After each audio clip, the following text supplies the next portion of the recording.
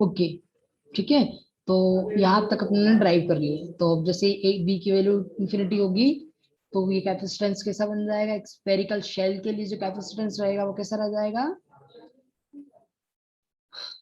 C बराबर 4 pi epsilon into radius of spherical shell. Okay, now अब अपने को एक रिलेशन याद रखना है to calculate the individual resistance और capacitance of coaxial line, coaxial cable और स्फेरिकल केबल और पैरेलल प्लेट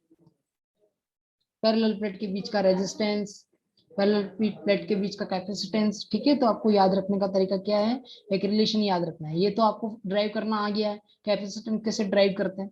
नाउ अब आपको पता होना चाहिए कि इन दोनों के बीच में रिलेशन क्या होता है, किसके बीच में, रेजिस्टेंस और कैपेसिटेंस के बीच में। तो रेजिस्टेंस और कैपेसिटेंस के बीच का जो रिलेशन होता है, R equal to epsilon by sigma से दिया जाता है। ठीक है, तो the product of this expression yield, now you can also product them. Okay, R बराबर कितना होता है, V बाई R, और Q बराबर C बाई V होता है। ठीक है, तो जैसे पुट करोगे इन दोनों का मल्टीप्लीकेशन करोगे ना, ये मैंने बता दिया आपको रिलेशन कैसे ड्राइव होता है, कैसे आता भी। इन दोनों को जब आप मल्टीप्लीकेशन करोगे ना और इसको थोड़ा सोल्व करोगे तो क्या निकलेगा, एप्सिलॉन इनटू E। देखो डिवाइड करके भी देख सकते हो, आर बाई सी करो, सॉरी मल्टीप्लाई करो दोनों का, आर इंटू सी करोगे तो ये तो आर इंटू सी मल्टीप्लीकेशन में हो जाएगा। ये लाइन इंटीग्रल और ये लाइन इंटीग्रल डिवाइड में आ जाएंगे क्योंकि मल्टीप्लीकेशन कर रहे हैं ना, ये न्यूमरेटर में और ये डिनोमिनेटर में। ठीक है, तो दोनों कट जाए, दोनों कट गए तो बचा क्या, एप्सिलॉन और सिग्मा। अब चूंकि आर सी का मल्टीप्लाई किया है और सिग्मा बटे में, तो न्यूमरेटर में कौन रहेगा, एप्सिलॉन, और सिग्मा डिनोमिनेटर में रहेगा क्योंकि ई डॉट डी एस भी कैंसिल आउट हो जाएगा। ठीक है ना, तो ये आपको पता होना चाहिए, मैंने बता दिया है। ठीक है, तो आर सी बराबर एप्सिलॉन अगर सिग्मा आपके पास रिलेशन है तो अब क्या, कुछ नहीं करना है आपको, कैपेसिटेंस जो अपनों ने कैलकुलेट किया है यहाँ पे उसमें पुट करना है कैपेसिटेंस की वैल्यू। जैसे अपनों को रेजिस्टेंस कैलकुलेट करना है किसका, स्पेरिकल कैपेसिटर अपनों को पता है इस स्पेरिकल शेल का, तो उसका रेजिस्टेंस निकालना है। तो कैसे निकालोगे रेजिस्टेंस, कुछ भी नहीं करना है, आपको फॉर्मूला पता है, आर सी बराबर epsilon into sigma divide by sigma. Okay, जिससे सी की वैल्यू रखोगे यहाँ पे, सी की वैल्यू रखते ही क्या निकल के आ जाएगा, ये सी की वैल्यू रखो। ठीक है, सी की वैल्यू रखिए आपने यहाँ पे, जैसे सी की वैल्यू रखोगे एप्सिलॉन से कट जाएगा, सिग्मा के टर्म में रेजिस्टेंस, इसका रेजिस्टेंस आ जाएगा स्फेरिकल शेल का। ओके, अब इसी प्रकार से पैरेलल प्लेट के लिए भी निकाल सकते हैं। पैरेलल प्लेट के बीच का कैपेसिटेंस कैसा होता है, epsilon S into D. Resistance कैसे निकालोगे, पुट कर देना यहाँ पे कैपेसिटेंस की वैल्यू, तो जो भी रिलेशन आएगा वो रेजिस्टेंस का रिलेशन आ जाएगा। तो डी बाय सिग्मा एस, ये अपने को पता भी है वैसे। ठीक है ना, सब जानते भी है, आर बराबर L by resistivity multiply L divide by surface area given the resistance आप ऐसे भी कैलकुलेट कर सकते हो। ओके, सिमिलरली सिलेंड्रिकल कैपेसिटेंस और रेजिस्टेंस आप यहाँ से कैलकुलेट कर सकते हो, as well as spherical capacitance भी कैलकुलेट कर सकते हो by using this formula. Okay, ये आपको पता होना चाहिए नाउ। और ये आइसोलेटेड स्फेरिकल कंडक्टर, यहाँ आइसोलेटेड क्यों वर्ड यूज किया है, आइसोलेट इसलिए यूज किया है क्योंकि अपने जो रेडियस है इसकी जो रेडियस है उसको कितना मान लिया, इन्फिनिटी मान लिया। ठीक है, जैसे ये इन्फिनिटी पे जाएगा तो केवल एक ही कंडक्टर रह जाएगा इनसाइड वाला। Okay, that's why we are saying isolated. Now हम लोगों ने कर लिया है, मेन चीज मैंने बता दिया है, कैपेसिटेंस खत्म हो गया। ओके, बाकी आपके कोर्स में है भी नहीं। मेथड ऑफ इमेज, चलो एक चीज और बता देता हूँ, मेथड ऑफ इमेज। ठीक है, ये हैवी तो नहीं लेकिन आपको पता होना चाहिए। जैसे आप यहाँ पे plus Q charge, line charge पढ़ा है ना अपन सब लोग, प्लस क्यू चार्ज पढ़ा है, लाइन चार्ज पढ़ा है, सरफेस चार्ज पढ़ा है, वॉल्यूम चार्ज पढ़ा है। तो आप क्या कर सकते हो, अगर परफेक्ट ग्राउंड प्लेन अगर यहाँ पे रख दो जिसका voltage through out the surface कितना हो, 0 या इक्वल हो। ठीक है, the potential difference between the two point on the plate कितना होना चाहिए, 0 होना चाहिए, v बराबर 0। तो इसे क्या बोलते हैं, परफेक्टली कंडक्टिंग प्लेट। ओके, जैसे आप रखोगे ना तो यहाँ पे जो प्लस क्यू चार्ज है वो माइनस क्यू चार्ज बन जाएगा, और यहाँ पे रो एल जो है इसे बोलते हैं इक्विपोटेंशियल सरफेस भी बोल सकते हो। अगर वोल्टेज 0 हो तो क्या बोल सकते हैं इसको, इक्विपोटेंशियल सरफेस, क्योंकि दो पॉइंट के बीच में वहाँ का जो पोटेंशियल हमेशा सेम रहेगा। दैट्स व्हाई डिफरेंस कितना हो जाएगा, 0 in equipotential surface. That's why we are saying v बराबर 0। तो जैसी कोई सरफेस आप वहाँ पे एज्यूम करोगे ऐसी, जिसका पोटेंशियल 0 है, तो आप अगर वहां पे प्लेट के अब वो प्लस क्यू चार्ज एज्यूम करते हो तो उसका नीचे की चार्ज कितना हो जाएगा, negative charge minus Q charge. Similarly रोएल के लिए माइनस रोएल, रोवी के लिए प्लस रोवी, हमेशा साइन जो रहेगा इन्वर्ट रहेगा, ठीक है। तो इसे क्या बोलते हैं, मेथड ऑफ इमेज बोलते हैं। तो आप यहाँ पे electric field intensity find out कर सकते हो बाय यूजिंग दिस मेथड, ठीक है। चलो देख लेते हैं थोड़ा सा, इसमें कुछ डेरिवेशन तो नहीं है, लेकिन चाहो तो देख सकते हो। यहाँ पे प्लस क्यू चार्ज रखा है, वो हाइट अपनों ने कितनी ली एच, और यहाँ पे पोटेंशियल सरफेस अपनों ने v बराबर 0 एज्यूम किया है। नाउ अब ये इसका जो डायमेंशन है वो किस प्रकार से रिप्रेजेंट कर सकते हैं, इसको इस प्रकार से रिप्रेजेंट कर सकते हैं। देखो यहाँ पे प्लस क्यू चार्ज एज्यूम करेंगे तो प्लेट के नीचे माइनस क्यू एज्यूम करना पड़ेगा, या और इलेक्ट्रिक फील्ड की लाइन कैसे रहती है, प्लेट की ओर जाती है, परपेंडिकुलर रहती है, तो सारी परपेंडिकुलर लाइंस इसके ऊपर आ जाएगी, और चूंकि नेगेटिव डायरेक्शन की जाएगी तो नेगेटिव डायरेक्शन में भी जा रही होगी, ओके। तो अपन यहाँ पे प्लस क्यू चार्ज और माइनस क्यू चार्ज के कारण दो चार्ज अपने पिक्चर में आ जाएंगे ना, उसके कारण electric field intensity 8 point P X Y Z पे अपन लिख सकते हैं। बताया ना सब कैसे लिखते हैं, R1 R2 इलेक्ट्रिक फील्ड का फॉर्मूला, ये देखो प्लस के कारण चार्ज के कारण, ई प्लस के कारण इस पी पॉइंट पे, और इस माइनस के कारण पी पॉइंट पे आप इलेक्ट्रिक फील्ड इंटेंसिटी लिख सकते हैं। दोनों की रेडियस R1 R2 है, ओके। तो बस को ऐसे आप लिख सकते हैं, ओके।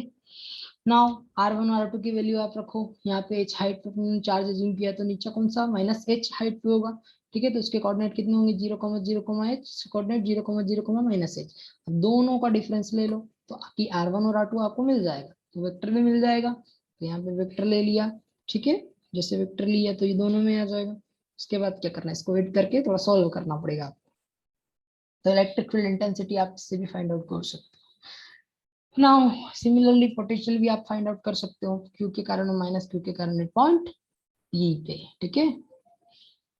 चलो तो यहाँ पे जो अपन जो चार्ज फाइंड आउट करते हैं, एक बात बता देता हूँ आपको, यहाँ पे जितना भी पोटेंशियल होगा ना, इस पे कितना होना चाहिए v बराबर 0, तो आप यहाँ पे v बराबर 0 लिख सकते हो, at distance between them, okay, v के बीच में। तो यहाँ पे देखो हमने किया v1, ये से बाउंड्री वैल्यू प्रॉब्लम को सॉल्व करने में काम आता है।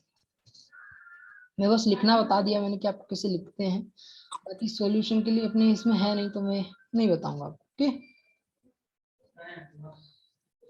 क्योंकि ना टाइम वेस्ट होगा इसलिए, ठीक है। Now move for the next concept, okay. ये एक चीज बता देता हूँ कि टोटल चार्ज कैसे निकालते हैं अगर यहाँ पे मेथड और इमेज का यूज करते हैं। दिख रहा है ना आपको सबको, ये दो प्लेट्स रखी हुई है यहाँ पे, दोनों को ग्राउंडेड किया गया, यानी कि ग्राउंड किया तो पोटेंशियल कितना होना चाहिए, 0 होना चाहिए, जेड पे भी और एक्स पे भी। ये दो प्लेट्स दिख रही है ना सबको, ओके। तो अब यहाँ पे अपने प्लस क्यू चार्ज रख दिया है, प्लस क्यू चार्ज रखने के बाद क्या होगा, यहाँ पे मेथड ऑफ इमेज अप्लाई कर सकते हैं। तो यहाँ पे कौन सा चार्ज बनेगा, माइनस क्यू। अब चूंकि इसको एक्सटेंड करो माइनस जेड डायरेक्शन में और माइनस एक्स डायरेक्शन में, तो इस प्लस क्यू चार्ज की जो इमेज बनेगी यहाँ पे क्या बनेगी, माइनस क्यू, और उस माइनस क्यू चार्ज की इमेज क्या बननी चाहिए यहाँ पे, प्लस क्यू, ठीक है। तो यहाँ पे हमको कुछ इस प्रकार से चार्ज का डिस्ट्रीब्यूशन नजर आएगा due to this ground plates, okay. तो एक चार्ज का डिस्ट्रीब्यूशन कैसा रहेगा, प्लस क्यू, इसके कारण माइनस क्यू, फिर माइनस क्यू के कारण प्लस क्यू, और प्लस क्यू के कारण माइनस क्यू। आप ऐसे भी एज्यूम कर सकते हैं, प्लस क्यू के कारण माइनस क्यू, और माइनस क्यू को वापस से ग्राउंड प्लेन के कारण देखेंगे तो क्या हो जाएगा, प्लस क्यू। दो बात बराबर ही है ना। तो अब यहाँ पे अगर इनके बीच का एंगल, दो प्लेट के बीच का एंगल कितना, 90 डिग्री रखा है, ठीक है। तो जैसे 90 डिग्री रखा है तो कितना चार्ज प्रोड्यूस होता है, कितने चार्ज बनते हैं, चार चार्ज बनते हैं ना, 1 2 3 4, चार कोऑर्डिनेट में ना, ओके। तो इसका फॉर्मूला क्या होगा, अगर n चार्ज आपके पास रखे हो और प्लेट्स में का जो एंगल दिया है वो कितना दिया हो, 5 की वैल्यू दी है कुछ समथिंग, तो आप उसका टोटल चार्ज कैसे कैलकुलेट कर सकते हो, कितने चार्ज बनेंगे यहाँ पे, ठीक है। तो उसका फॉर्मूला क्या है, 360 डिवाइड बाय 5 माइनस प्लस 1, ठीक है। माइनस प्लस का मतलब एक है, ठीक है ना। तो एक अपनों को पहले से काउंट कर देते, that's why we have to reduce it, मतलब एक घटाना पड़ेगा, ठीक है। जैसे एंगल दे दिया आपको 90 डिग्री, तो 90 डिग्री रखो, इसमें कितना होता है 9 चौक 36, 9 चौक 36, 36 से 36 में से कितने, चार में से एक गया तो कितना बचेगा, तीन, तीनों चार्ज आ गए ना, हाँ सर। 1 2 3, ठीक है, 1 2 3, क्योंकि एक चार्ज तो अपने पहले काउंट कर रखा है इसीलिए, है ना। सिमिलरली अगर 60 डिग्री पे रखा तो 60 डिग्री पे कितना बनेगा, रखो यहाँ पे 60 डिग्री, 0 से 0 कट जाएगा तो 6 6 36, तो 6 माइनस 1, 6 माइनस 1 कितना होता है 5, तो कितने चार्ज होने चाहिए 5, तो देखो 1 2 3 4 5 इमेज दिख रही है ना सबको, क्योंकि प्लेट्स के बीच का जो एंगल है वो कितना है, दो प्लेट्स के बीच में 60 डिग्री। ओके, तो ये फॉर्मूला आपको याद रखना है, कभी आपका क्विज में पूछा जा सकता है कि मेथड ऑफ इमेज का अप्लाई करके आप बताओ कि अगर यहाँ पे इन दोनों के बीच के प्लेट के बीच का सेपरेशन कितने डिग्री का एंगल है, 60 डिग्री का एंगल, ठीक है, तो बताओ टोटल चार्ज कितना होगा, टोटल इमेजेस कितनी बनेगी चार्जेस की, तो आपको कैसे बताओ, फॉर्मूला में वैल्यू पुट करो, वैल्यू पुट करने के बाद आंसर कैलकुलेट करो और बता दो कितना है, जैसे इसमें 60 डिग्री तो 1 2 3 4 5 चार्ज है, ठीक है। अरे क्लियर है सबको? हाँ सर। चलो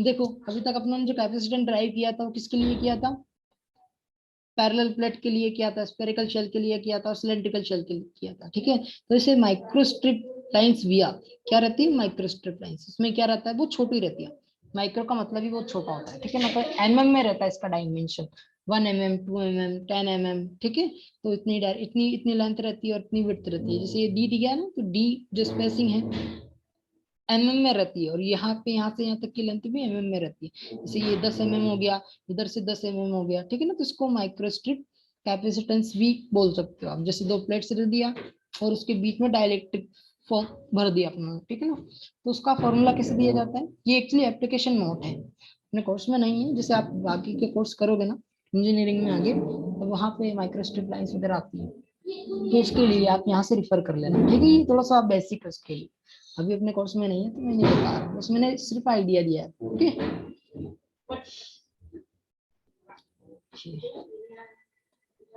बाकी आप पढ़ सकते हो, सुपर कैपेसिटेंस भी है, तो ये पढ़ने की चीज है, तो आप पढ़ लेना, अच्छी चीज है।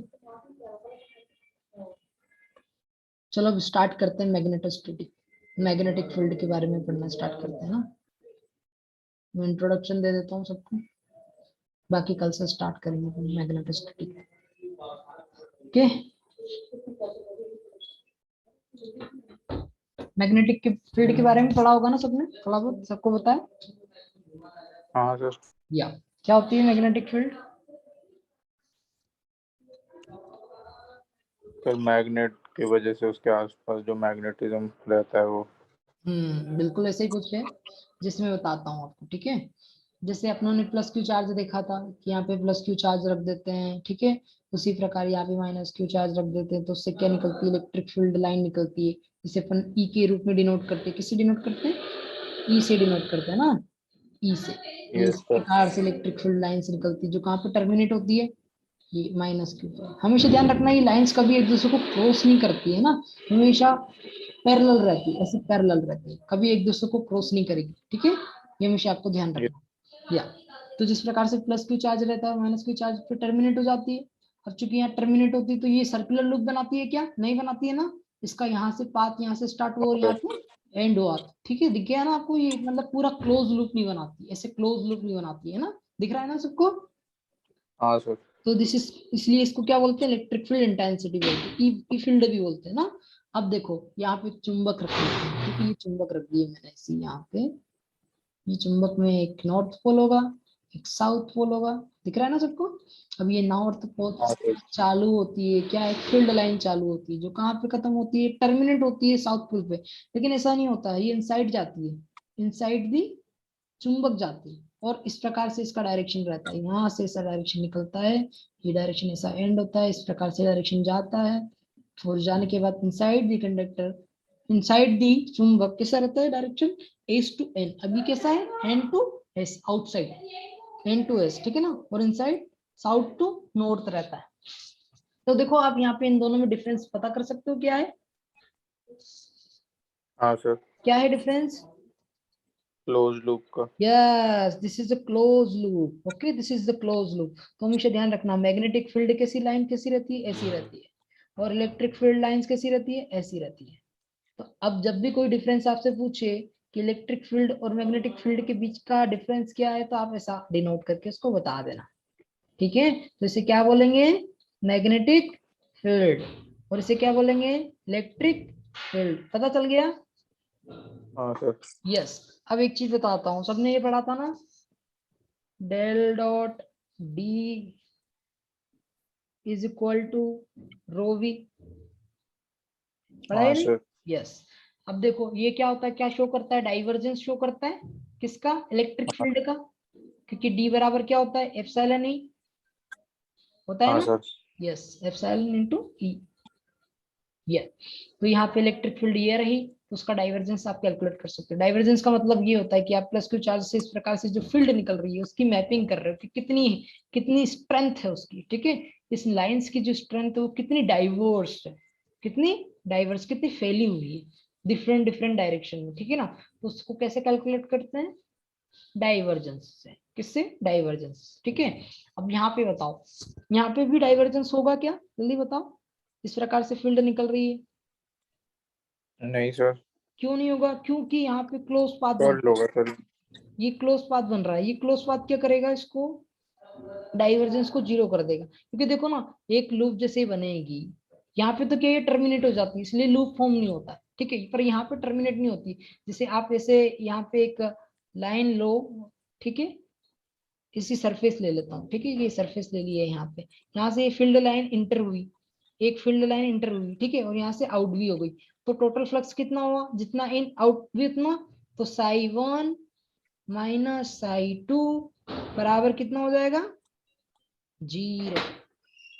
और अपन को पता है डी डॉट डी एस को इंटीग्रेशन कर देते तो क्या मिलता है, साई मिलता है, ठीक है ना। हाँ तो सर। यहाँ पे psi one minus psi one, क्योंकि जितनी ये क्लोज लूप बना रही है ना, क्लोज लूप बना रही है, तो उन्होंने यहाँ पे एक सरफेस रख दिया है, इस प्रकार की सरफेस। तो मैग्नेटिक फील्ड में अपन देख रहे हैं, तो यहाँ पे सरफेस जैसे अपनों ने रखा, तो जितना उसने फ्लक्स ने इंटर किया उतना ही कितना निकाल दिया, बाहर निकाल दिया। तो यहाँ पे क्या होता है कि कुछ फील्ड ऐसी रहती है कि यहाँ पे अगर मैं सरफेस रख दूं तो कुछ फील्ड तो इनसाइड में चली जाएगी, और कुछ फील्ड ऐसे निकल जाएगी, ठीक है। तो इनसाइड में टोटल जो डाइवर्जेंस की वजह से टोटल फील्ड का नहीं आ पाएगा, मतलब टोटल फील्ड जो इंटर हुई है वो जरूरी नहीं है कि बराबर हो, यानी कि not equal to side two, ठीक है। जिसकी वजह यस से, सर। जिसकी वजह से क्या हुआ, इसका डाइवर्जेंस जीरो नहीं हुआ, और यहाँ पे psi one minus psi two equal to zero है, इसलिए बी डॉट डी एस यहाँ पे रिप्रेजेंट करते हैं किससे, बी से रिप्रेजेंट करते हैं इस फील्ड को, B dot D S is equal to integration equal to psi total flux, और टोटल फ्लक्स कितना हो गया through the surface, zero. That's why यहाँ पे आप अपन यहाँ पे लगा सकते हैं गॉस नियम, गॉस लॉ के अनुसार क्या होगा, डेल डॉट बी, ये del dot B equal to zero बन जाएगा। तो ये आपकी मैक्सवेल इक्वेशन है, ठीक है। मैं क्लियर कर देता हूँ और लिख देता हूँ कि डेल डॉट, सर टाइम हो गया। या ओके, मैं सम करता हूँ, ठीक है, del dot B equal to zero. तो this is your Maxwell equation, third Maxwell equation for the magnetostatic. तो इसलिए क्लोज लूप का मतलब समझ में आ गया आपको, ओके। हाँ बाकी सर। तो अपन कल करते हैं, ठीक है। आप जी जा सर। सकते हो, अटेंडेंस में दे देना मुझे।